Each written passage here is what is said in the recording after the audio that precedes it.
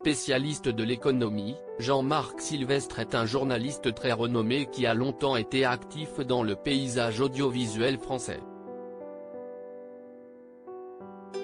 D'abord chroniqueur sur la 5, puis sur France 3 et TF1, il s'impose peu à peu et finit par devenir chef du service économique et social dans les années 1990. Il bascule ensuite sur LCI, en 1994, où il l'émission hebdomadaire Décideur, ainsi que d'autres, toujours sur le sujet de l'économie. En juillet 2008, il est nommé directeur adjoint de l'information de TF1 et de LCI, chaîne qu'il quittera finalement en 2010 pour rejoindre iTélé. Mais entre-temps, Jean-Marc Sylvestre découvre qu'il a un cancer de la prostate. Bien que discret sur le sujet, il a publié un livre intitulé Tout n'est pas foutu, le cancer a sauvé ma libido, paru aux éditions Albin Michel en avril 2021. Dans cet ouvrage, il se confie notamment sur les conséquences désastreuses de la maladie sur sa vie sexuelle. Un thème qu'il a de nouveau abordé face à Jordan Deluxe ce mardi 14 mars 2023.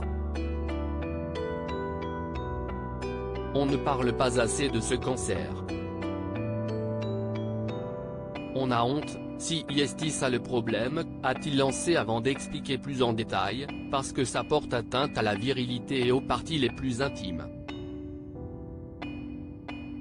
Piqué, l'animateur évoque ensuite l'ouvrage du journaliste dans lequel il affirme ne plus bander. Oui, je ne bandais plus. Ça s'arrange, mais si est très compliqué à vivre, a-t-il ajouté avant de confier avoir eu des moments noirs. On se dit qu'on ne sert plus à rien, incapable d'avoir une relation sexuelle avec son épouse, Jean-Marc Sylvestre s'est trouvé diminué et honteux. On a des moments où on se dit qu'on ne sert plus à rien. Exactement comme certaines femmes qui ont le cancer du sein et qui pensent ne plus être des femmes. A-t-il déploré. Pour combattre la maladie, le journaliste a ensuite dû subir l'ablation de sa prostate. Une étape essentielle pour guérir mais douloureuse mentalement. Vous savez que vous n'aurez plus d'enfants, mais bon, ça à la limite je n'avais plus l'âge. Mais si est compliqué à intérioriser, si est compliqué à vivre. On ne sait pas si on va pouvoir continuer d'avoir des relations et surtout ressentir les choses. Mais madame est très importante parce qu'elle vous aide à supporter et à assumer tout ça.